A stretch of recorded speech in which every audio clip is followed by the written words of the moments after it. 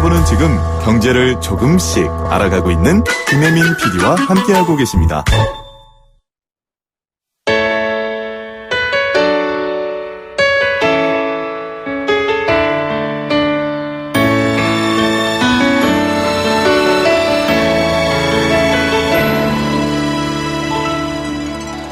내겐 꿈이 있어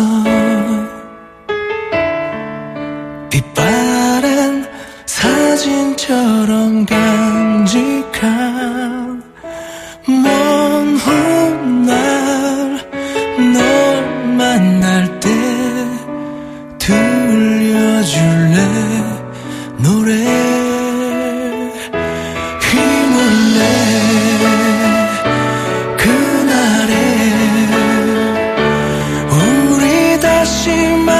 보게 될 날에 그땐 서로를 향해 웃어주기로 해 기도해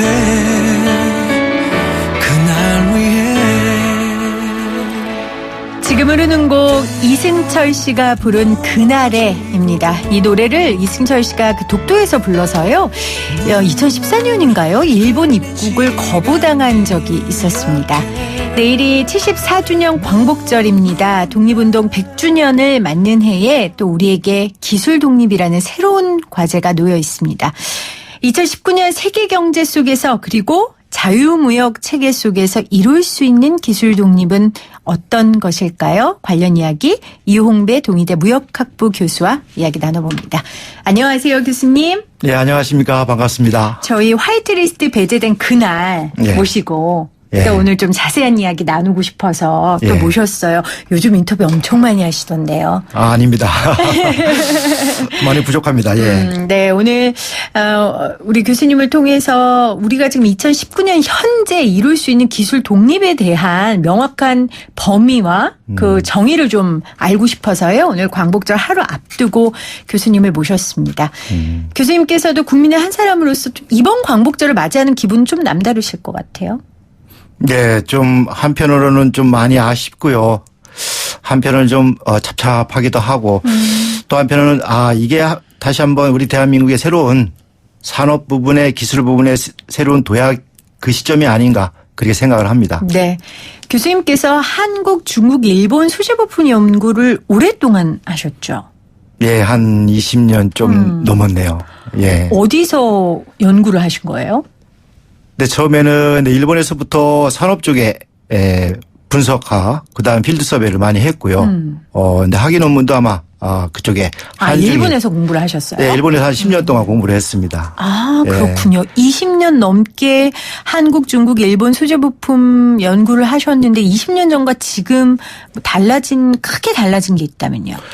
크게 달라진 게 있다라면 역시 2000년 들어서 우리 정부가 소재 부품 산업에 특화된 육성법, 특별법을 제정을 해서 관련된 기업과 산업에 많은 투자와 그다음에 시스템적인 지원을 아끼지 않았다라는 점. 네. 그로 인해서 지금 언론에서도 많이 나오지만은 대세계 무역 수지 흑자가 1,000억 달러가 넘어섰다라는 점. 이 부분은 과거 20년 전과 완전 다른 그런 우리 소재 부품 산업의 하나의 그 자랑거리다라고 이렇게 말씀을 드릴 수가 있습니다. 네. 이번 위기를 잘 넘어가면 앞으로 20년 후에 또 우리가 다른 이야기를 또 할 수 있겠죠? 네, 그렇게 되기를 좀 희망하고 있습니다. 네. 자, 일본으로부터 이루는 기술 독립, 거창하게 얘기는 했는데, 사실은 근데 교수님, 이게 제가 앞서 얘기했지만 2019년 세계 경제, 그리고 자유무역 체계 안에 우리가 들어와 있지 않습니까? 네, 그렇습니다. 그렇기 때문에 이 기술 독립이라는 게 사실 기치만으로 끝날 수도 있다는 생각도 들고 현실적으로 우리가 파악해야 되겠다는 생각도 들어요. 그때 오셔서 글로벌 밸류 체인이 붕괴된다. 일본이 이렇게 하면 그렇죠. 이런 말씀하신 것처럼 이 기술 독립의 범위, 정의 우리가 어떻게 내려야 될까요? 자, 우선 기술 독립이라는 단어를 쓴다라는 것은 다양한 관점에서 다양한 시각에서 다양한 이야기가 나올 수 있습니다. 네. 그런데 근데 산업적인 측면에서 보게 되면요. 기술의 독립이라는 것은 두 가지 측면으로 볼 수가 있습니다. 첫 번째는 자, 과연 그 대한민국의 기술을 절대위로 가져갈 것이냐.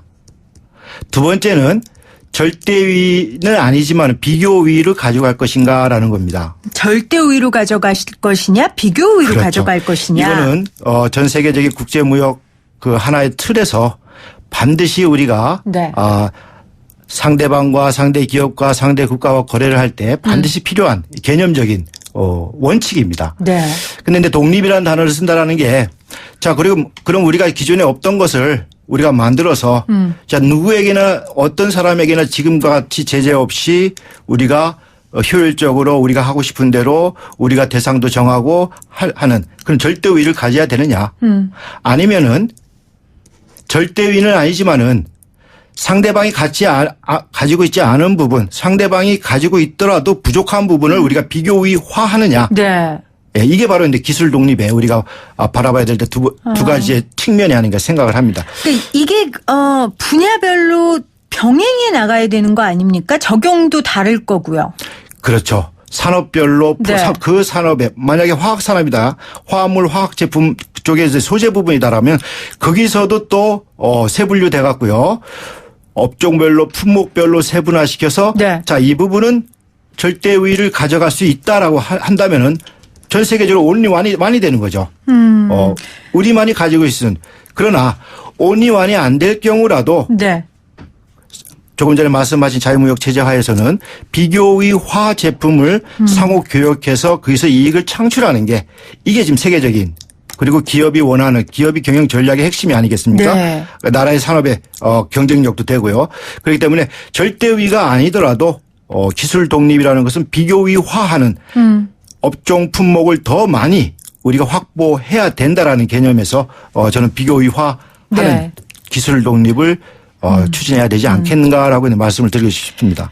우리 교수님께서 한중일 수제부품 연구를 오래 하셨고 동시에 지금 무역학부 교수님이세요. 그래서 아마 현실적인 기술 독립에 대한 이야기를 해 주실 거라고 생각을 하고 있습니다. 그렇다면 교수님 절대 우위를 갖고 있는 품목이 있습니까? 우리가 지금 기술 독립을 이룬 것 중에 당연하죠. 현재 어떤 게 있습니까? 당연하죠. 일단은 반도체 부분에서는 메모리 분야가 되겠죠. 그렇죠. 메모리 분야인데 어느 나라도 어느 국가도 짝 독일이나 일본이나 미국이라는 이런 소재 부품 강국의 국가도 절대위화한 산업 품목은 하나도 없습니다. 그렇기 때문에 절대위라는 개념은 전체적인 그 품목 그 산업이 상대방보다 위에 있다라는 부분이죠. 네. 거꾸로 얘기하면은 반드시 절대위 산업을 갖고 있는 나라도 산업도 비교 열의에 있는 품목이 반드시 존재한다라는 겁니다. 그렇기 때문에 국제무역 툴 그다음에 자유무역 체제 하에서는 비교위화한 제품을 서로 트레이드오프 거래를 해서 거기서 파이를 키워서 서로 이익을 가져가는 이게 지금 가장 어떻게 보면 무역통상 환경이라든가 자유무역 체제에서 모든 나라 기업들이 추구하는 이건 개인도 해당이 됩니다. 그럼요. 예. 맞습니다. 제가 갖고 있는 부분을 우리 김 아나운서께서 갖고 네. 계시는 반드시 있단 말이죠. 네. 예. 그리고 또 저도 마찬가지고 이걸 상호 교환하고 교류하고 교역함으로써 더 좋은 이익을 만들어내는 예, 똑같은 개념이다라고 생각을 할 수가 있습니다. 그러니까 지금 이 자리도 저의 진행하는 능력과 우리 교수님의 전문성이 합쳐져서 우리 그렇죠. 청취자분들께 전달을 하는 거잖아요. 예, 맞습니다. 근데 우리가 이번에 일본 무역 제재 상황에서도 봤듯이 이렇게 지금은 교수님하고 저하고는 좋은 사이니까 네. 이게 지금 가능한데 제가 예를 들어 교수님이 나 저 교수님하고 안 할 거야 인터뷰 이러면 우리 못 하는 거잖아요. 맞습니다. 그러니까 지금 일본 무역 제재가 지금 이런 상황 지금 그런 아닙니까? 상황이죠. 그렇죠. 그렇기 때문에 네. 여기서 우리가 지금 사용되고 있는 기술 독립이라는 것은요. 절대위라는 것은 현실적으로 어느 국가 어느 산업도 없기 때문에 네. 일본에 대한 비교위화된 업종 그다음에 소재 부품의 품목 그 부분을 더 많이 나가야 된다는 거. 그게 이제 국산화입니다. 아하. 그게 국산화고 그 국산화 제품을 국산화된 품목을 더 많이 우리가 확보를 한다라면은 사실상 일본과의 거래, 일본과의 교역에서 어떻게 비중이 더 우선순위가 되겠죠. 그렇겠죠. 그러면 기업도 그렇고 국가도 그렇고 현재와 같은 이러한 보복이다 전쟁이다라는 단어가 아마 나오지 않을 겁니다. 저는 그렇게 생각을 합니다. 네. 좀 구체적인 이야기를 좀 나눠보죠. 지금 소재 부품 산업에 있어서 우리나라가 일본으로부터 수입해오는 정도가 지금 어느 정도니까 분야가 너무 많지만 이렇게 여쭤봐도 되는 거예요? 전체적으로 보면요. 일단은 가장 일본과 한국의 네. 소재 부품 산업의 이제 수입 규모가 되겠죠. 지금 한국과 일본의 전체 전 산업의 수출입 규모, 무역 규모는요. 약 천억 달러가 안 됩니다. 네. 과거 10년 전에, 15년 전에는 우리가 1,500억 달러까지 갔었는데 점점 줄어들어서 지금 한 800억 달러 정도밖에 안 됩니다. 네. 근데 그 중에서 50%는 소재 부품입니다. 아, 그 중에서 50%가 네. 소재 부품이군요. 절반 정도가. 그렇죠. 거기서 또, 약 한 40% 정도가 우리가 지금 흔히 얘기하는 네. 대일 적자 규모라는 거죠. 그렇군요. 그런데 역설적으로 사실상 일본에게 적자를 보인다고 해서 과연 그게 우리나라 소재 부품 산업의 마이너스냐, 부당하냐? 결코 아니다라는 겁니다. 아까 자유무역 체제에서 얘기했듯이 비교이화 제품을 서로 주고받아서 그리고 적자를 내지만은 그 적자에도 불구하고 기업이 수입을 해서 완제품의 중간재로 투입함으로써 전 세계 수출하지 않습니까? 네. 그래서 어마어마한 작년에 1,300억 달러가 넘는 소재 부품 산업의 대세계 무역 수지 흑자를 냈습니다. 네. 이렇게 나오거든요. 어느 것이 더 현실적으로 우리 국익에 부합되는가라는 것은 어느 누군가 봐도 좀 명확하지 않다 네. 생각을 합니다. 근데 이제 사이 좋을 때요. 그게 공정한 환경에서 그렇죠. 정말 국가 대 국가로 트레이드 그 안에서 가능하면 지금 이게 되는데 지금 말씀하신 건 지금 이 판이 깨져버렸기 때문에 운동장이 지금 틀어져 버렸기 맞습니다. 때문에 우리가 지금 이런 이야기를 하는 거고 또 하나는 또다시 이런 상황이 왔을 때 우리가 이 비교 우위를 좀 점할 수 있기 위해서는 결국은 국산화를 이뤄야 된다는 건데 네. 제가 그럼 좀 이런 이야기 이걸 좀 여쭤볼게요. 기술 독립, 그러니까 국산화 이야기할 때 자동차 소재 부품 예를 많이 들더라고요. 네. 이 경우에 거의 100% 국산화를 이뤘다고 하는데 이게 맞나요? 소재와 부품 속에는요, 그게 또 원재료가 있고요. 네. 예. 또 이제 원재료의 이제 설계 부분에 들어가는 또 신뢰성 기술이 적용되는 또 부품이 있습니다. 네. 그러니까 부품 소재라는 것은 어떤 때는 완제품이 되고 최종재가 되고요. 어떤 때는 이제 투자재가 됩니다. 중간재가 됩니다. 그렇기 때문에 완벽한 자동차 업종 부분에서 약 한 25,000에서 3만 개 사이에 그 부품 소재가 좀 들어가지 않습니까? 네. 그 속에서 이제 완벽하게 어느 소재, 어느 부품은 완벽한 국산화가 이루어졌다라는 것은 어떻게 산업적인 측면에서는 완전 절대 우위를 확보했다라고 이렇게 볼 수가 있지 않습니까? 네. 저는 아까도 제가 말씀드렸듯이 어느 품목이든 절대적으로 100% 절대 위에 있는 품목은 어렵습니다. 그렇죠. 한 0.001%라도 네. 비교 우위, 비교 열에 있는 부분은 반드시 다른 산업, 다른 국가, 다른 기업의 어떻게 상호 의존적으로 비중을 가져갈 수밖에 없다라는 겁니다. 그러니까 자유무역 체제 안에서 뭐 원료부터 소재, 기술 상품까지 어떻게 100% 다 국산화가 되겠습니까? 이제 그럴 수는 없는데 지금 이 자동차의 예를 드는 이유 예전에는 자동차 소재 부품, 뭐 기술까지도 다 외국에 의존했다면 지금 같은 경우에는 이 소재 부품의 굵직굵직한 기술과 내용을 좀 국산화 기업들 우리 대한민국 기업이 하고 있다라는 이 뜻인 것 같거든요. 맞습니다. 그만큼 비교이화된 품목, 부품, 소재가 많아졌다라는 거죠.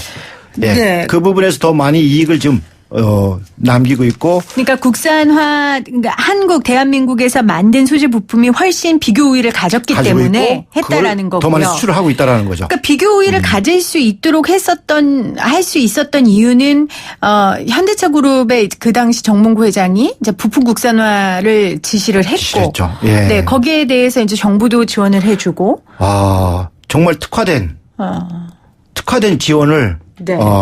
지금 대기업 쪽에 상당히 많은 약 한 20년 그러니까 육성법인데 그 소재 부품 전문 기업 육성을 해야 되겠다라는 게 2001년 아니겠습니까? 네.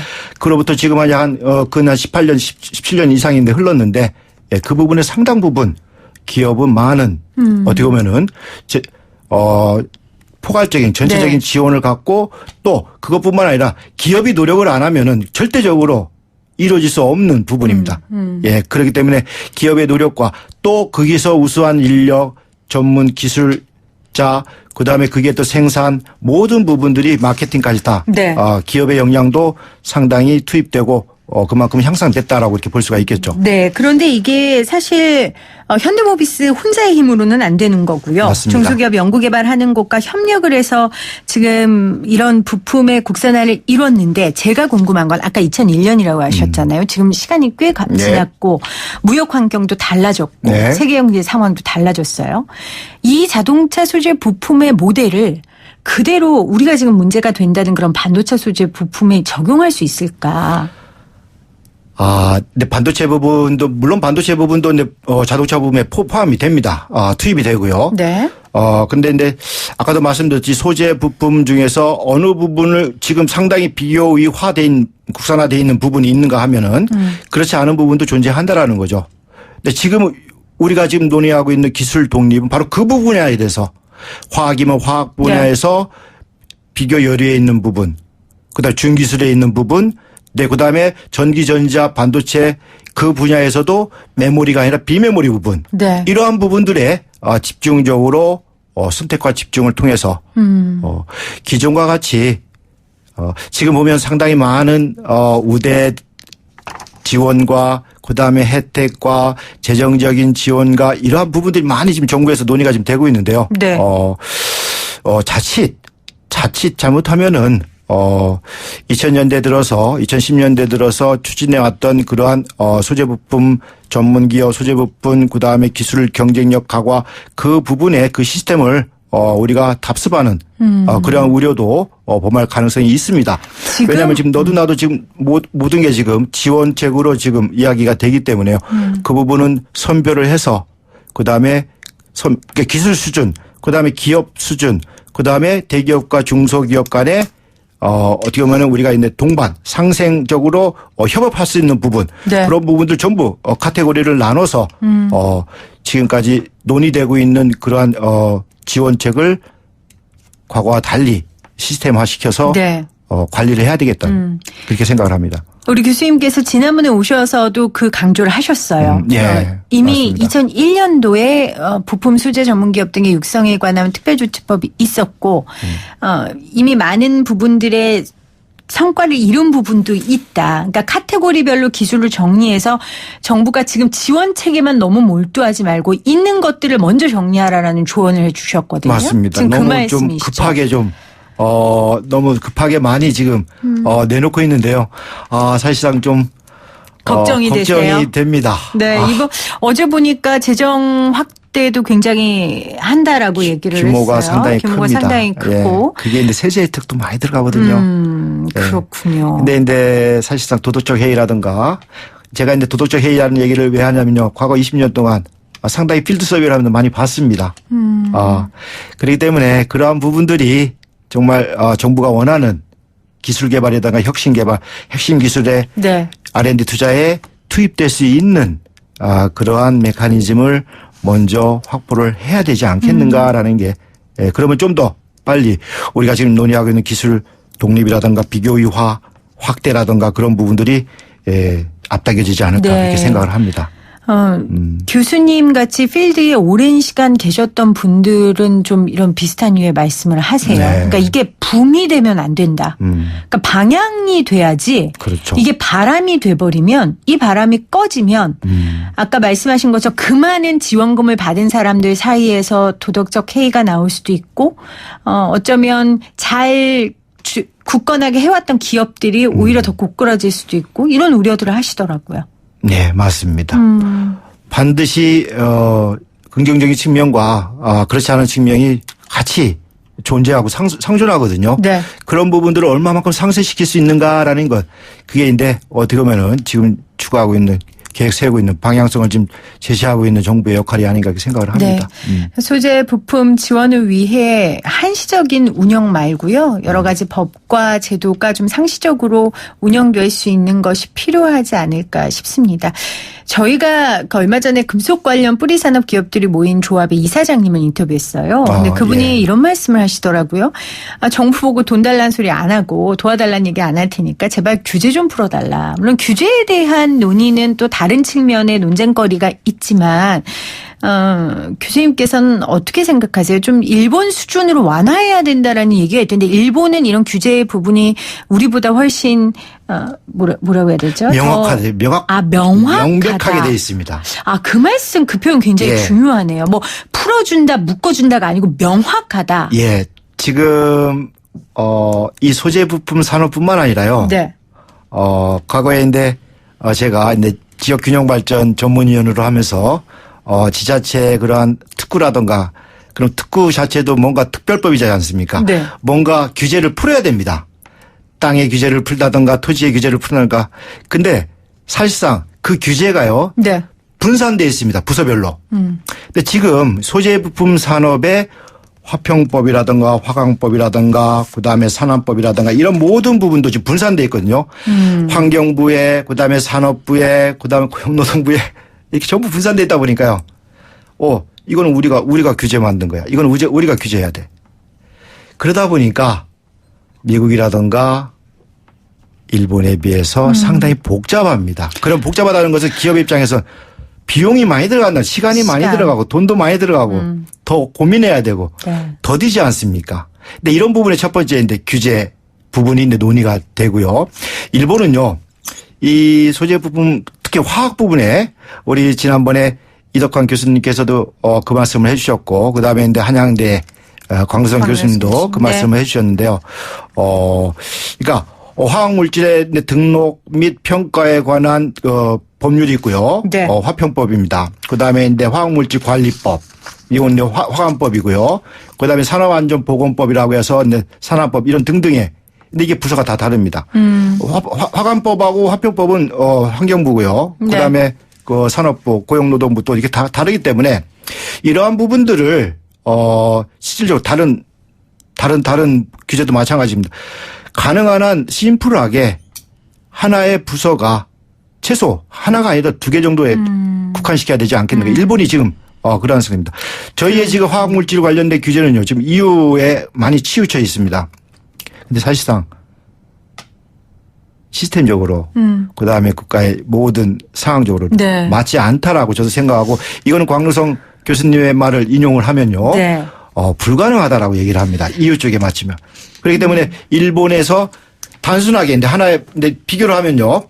한국과 일본의 이제 위해성 있는 화학물질에 네. 그 등록이라는 것은요. 일본은 신규 화학물질 등록만 해당을 시킵니다. 근데 우리는 기존 것까지 다 포함을 시켜요. 그러니까 제가 지금 교수님한테 얘기만 들어도요. 복잡하죠.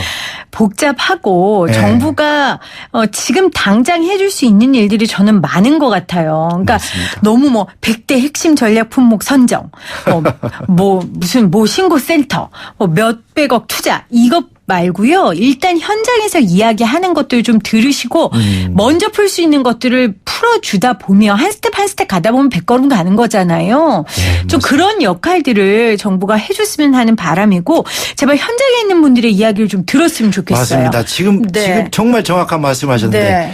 좀 더 많은 현장에 계층에 있는 분들을 좀 간담회라든가 그런 걸 통해서 그 현장의 목소리를 많이 듣고 그걸 네. 가지고 토대로 기존의 시스템을 좀 개선했으면 하는 게 제 바람입니다. 네. 자, 오늘 광복절을 하루 앞두고 지금 2019년 세계 경제 속에서 그리고 자유무역 체계 속에서 우리가 이룰 수 있는 기술 독립이 어떤 건지 전문가에게 들어봤고요. 비교우위와 절대우위 설명해 주셨어요. 일단 네. 자유무역 체제 속에서는 절대우위라는 건 제가 보기에도 없는 것 같고요. 네. 비교우위 부품들을 많이 만드는 게 굉장히 중요할 것 같고 이런 비상 상황이 왔을 때 우리가 흔들리지 않도록 체급을 좀 키우고 상대방보다 그 역할이 더 중요할 것 같습니다. 절대위 하에서는 절대 교역이 원활하게 이루어질 수가 없습니다. 그렇습니다. 예. 네, 이홍배 동의대 무역학부 교수였습니다. 고맙습니다. 감사합니다.